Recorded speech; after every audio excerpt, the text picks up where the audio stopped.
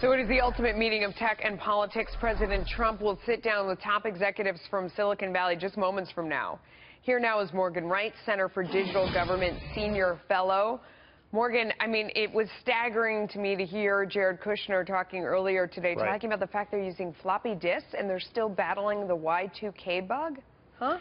Yesterday's technology, tomorrow has been the motto of the federal government since as long as I've been working with them. Yeah, it's just, look, this is a huge opportunity to really change forever how government is served. For example, Melissa, Amazon won a deal inside the CIA to bring in a private cloud base to bring their same technology inside the CIA. So we've got to think about outsourcing some of this stuff, changing the business model, because it's clear after the OPM breach, of which mine was one of the 21 million records, technology so old we couldn't even encrypt the data. There has to be a big change. Our security, our infrastructure all depends on it. So I always hear that the problem is it's such a huge project that nobody wants to do it because they say by the time it's done, it's just going to benefit the next guy in the White House.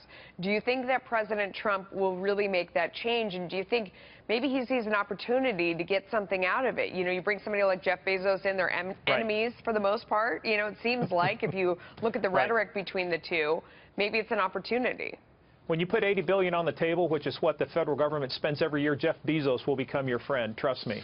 They will figure out a way. Trust me, they'll figure out a way to make this work. Look, yeah, it may be the next person, but these folks got to get past the political stuff. It's not about your legacy. It's about what's best for the American people. And what's best for the American people is that we secure our power grid, we secure our nuclear plants. You talk about some of the floppy disks. You should see what they use to control the launch of nuclear weapons. It might scare you to find out about this stuff. So, yeah, we've got to modernize this stuff. And this is a prime opportunity for people to come in.